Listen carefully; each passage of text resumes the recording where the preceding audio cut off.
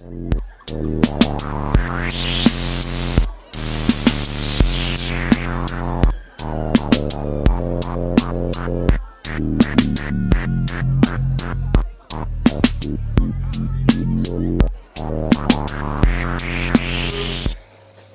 to episode 22. Oh, that's...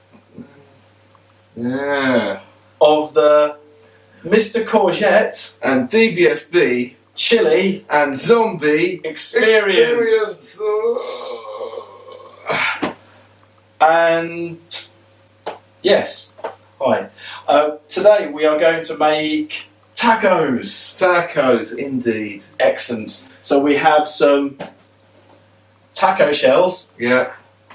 And other brands are available. Yes. What we're going to do is, because we're evil vegetarian vegan people, we are going to make using jackfruit. Oh. Ooh. Jackfruit. Da-la-na-na-na. We are going to do this in what I believe is a faux pulled pork style, because we are, of course, dirty hipsters. Oh, yeah, that sounds cool. Yeah, I've got a beard. But hey, we're going to give this a go. Yeah. So we are going to put some spices in with that, marinate it for a bit, shove it in the tacos, and shove it in our gobs. In that order. Indeed.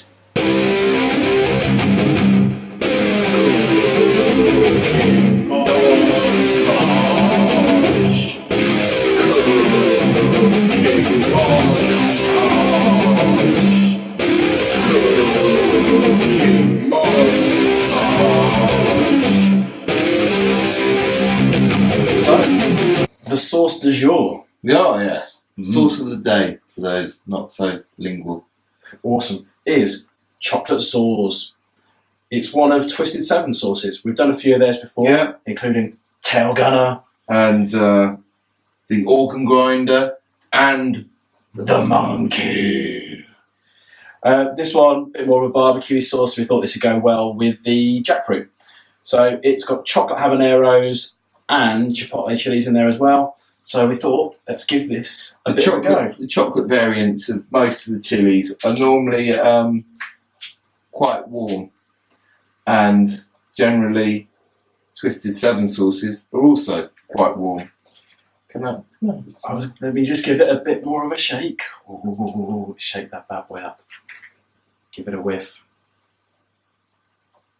Yeah, there's a hot chili in that one. Yes, there is definitely some habanero in that one. What we will probably do is poke that down with the back end of a spoon. Just get it mixed in properly. The old plug situation. Indeed. Right.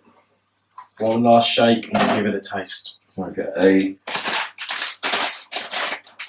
I forgot to bring my special spoon today, so we're using bean tacos. We're attempting to use bean chips. Right. Healthy amount. Right. For the purposes of the camera. So... yeah, that's really opened up as like a high chili content in there. Definitely. Yeah, you get a little bit of the chipotle coming through. Yeah. But there's a lot of the habanero there. Yeah. This could be a hot one. Let's give it a go. Ready?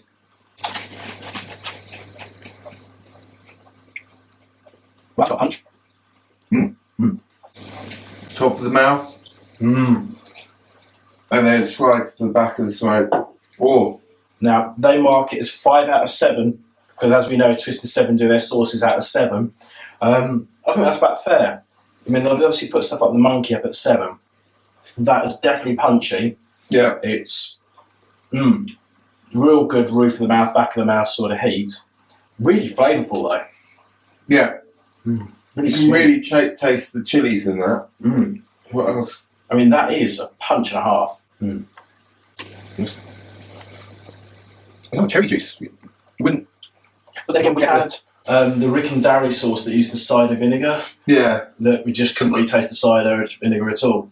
I think it's just to try and take away some of the bitterness of the chilies, but it does a good level of balancing it, but you don't taste any of the cherry coming through. I'm looking forward to that being cooked and seeing what that's like, whether that brings out any more of the more subtle flavours in there when it's being cooked, giving it time to soak into the jackfruit and stuff. Awesome.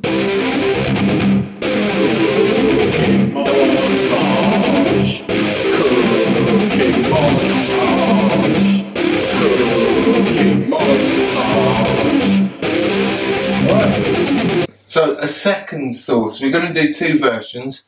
One with the Twisted 7, which we've just tasted, and then one with the slightly less heaty, possibly, Tesco's one. We wouldn't recommend buying stuff from Tesco's. Obviously, shoplift Tesco's. Cajun marinade. For all meats, or in our case, fruits. Yes. Fruit. Wow, there's a little bit of a jerk scent. Yes. You know what I mean? That kind of peppery jerk smell. Immediately looking at the back of this one, it's the amount of non-natural ingredients compared to what we've just seen with Twisted 7. But yeah, paprika and cumin, which do come through in the smell, are very prominent there. Whoa! Crap. Maybe siphon some of that for the other one. Go on, you can do it. Awesome. That'll do. Pick your poison. Cool. So, a bit of brown sauce. Maybe slightly orangey. Lots of cumin and paprika. Yeah, the cumin really comes out when once that's on there.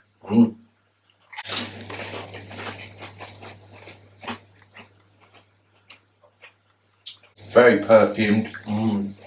Really, really tangy. Virtually no heat.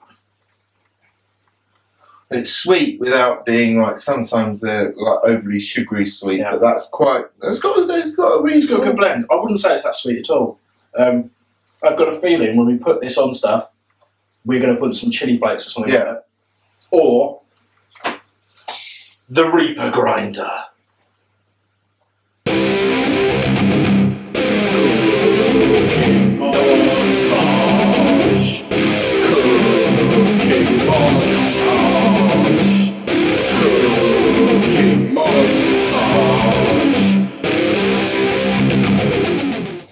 We've just eaten the jackfruit and the assorted other bits you'll see in the pictures.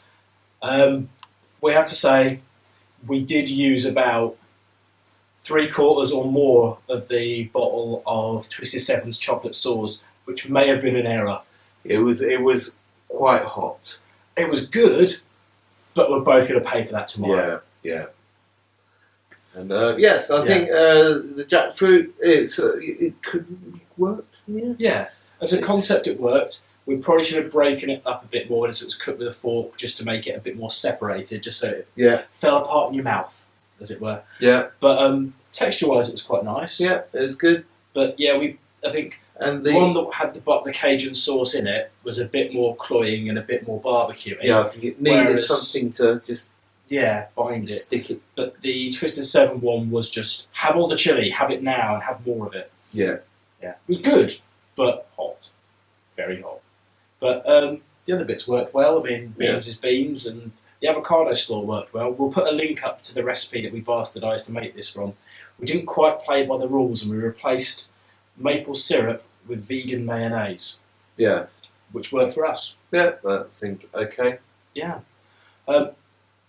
So good. We'll probably do jackfruit again at some point with maybe some dark rum, I think you were saying. Yeah, maybe some sugar and dark rum just to give it a bit more of a gravy kind of thing. Ooh. Yeah, maybe some green pigeon peas rather than the normal beans. Oh, yes. Yeah, make it a bit more Jamaican style. Awesome. Anyway, we're going to Danny Dyer. Yeah, Danny Dyer with Doghouse. So, yeah, Danny Dyer. I thought that was going to say Vince Clarke from from Yazoo. Noel Clarke. Noel Clarke. Be better if it was Vince Clarke. For our younger viewers, 80s pop star.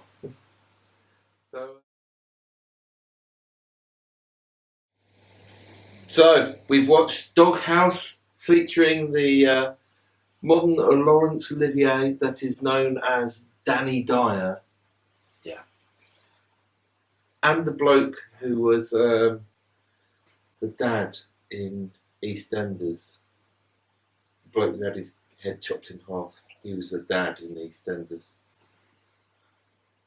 Being an EastEnders alumnus, as DBSB is, he knows all of the characters in EastEnders. Yeah. For you and I, could have been any one of that cast. Yeah. But we all know who Danny Dyer is. Yeah. And I really enjoyed that. Yeah, it was all right. It wasn't the pits of the living Night of the Living Dead. It wasn't that bad. I think I kind of like the premises of it, but it could have been shorter. See how long it was. See, I think a 45-minute. It's an hour and a half. 45 minutes. They could have done the same story in 45 minutes. For an hour and a half, I wasn't satisfied with the ending. Okay. For me, it was Shaun of the Dead meets Hot Fuzz if you'd have cast it with Danny Dyer and Stephen Graham rather than Nick Frost and Simon Pegg. It had the sort of self-aware bit of Shaun of the Dead, which I know you're not, but it had the Hot Fuzz thing of set in a really sleepy village.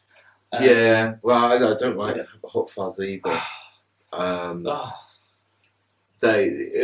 It like those two films for me. They have that classic British comedy people doing a film, and we're really good at doing TV. Okay. So would you have had that as a 2 half-an-hour BBC? I'd have done it as one 45-minute special. Oh, 45-minute special. Channel 4 then. Yeah, Channel 4, 45 minutes. I think that could have been just as good, and even with the unsatisfying ending, you could still have it on the 45 minutes, and then they could have teased it and gone, oh yeah, next year we'll do a 4-part adventure of them getting back to London. But without spoilering, I mean, the ending was quite Western, escaping into the sunset. Yeah, kind of. There mashed up with a Jim Jarmusch. We're not actually going to finish this, but we're finishing. Just when you think it's going to finish, they go. Yeah. No. There were bits of it that were awesome, though. I mean, you've got quite cognitive zombies to a point. Oh yeah, they were very high functioning, communicating. Yeah. Tools using. Yeah. But. Whereas with most films, zombies are collaborative in going after their kill. In this one, they were sort of working against each other and fighting to get to the quarry.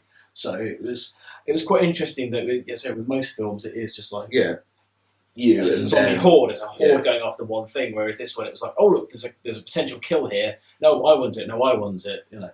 Yeah, I didn't fully enjoy that aspect of those zombies. I kind of like the high functioning, the tools using, but they're kind of into zombie squabbling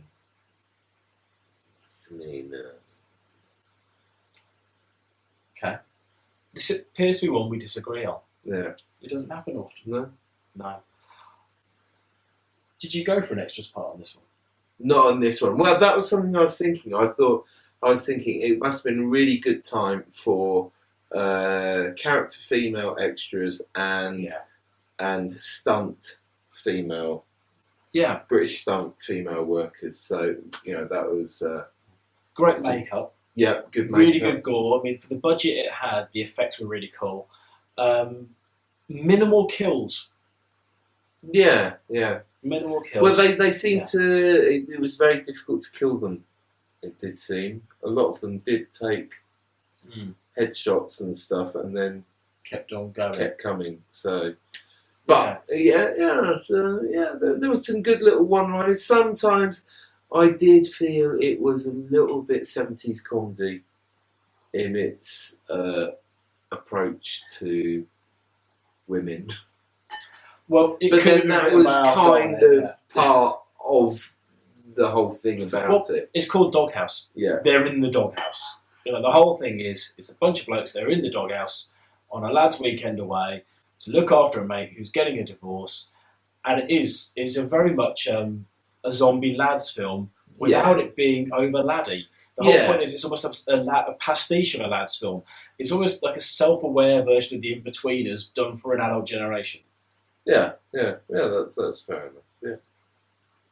But Doghouse, it gets 1 out of 5 on Netflix, about 1 point something on 10 on IMDb, and I reckon it's worth a watch.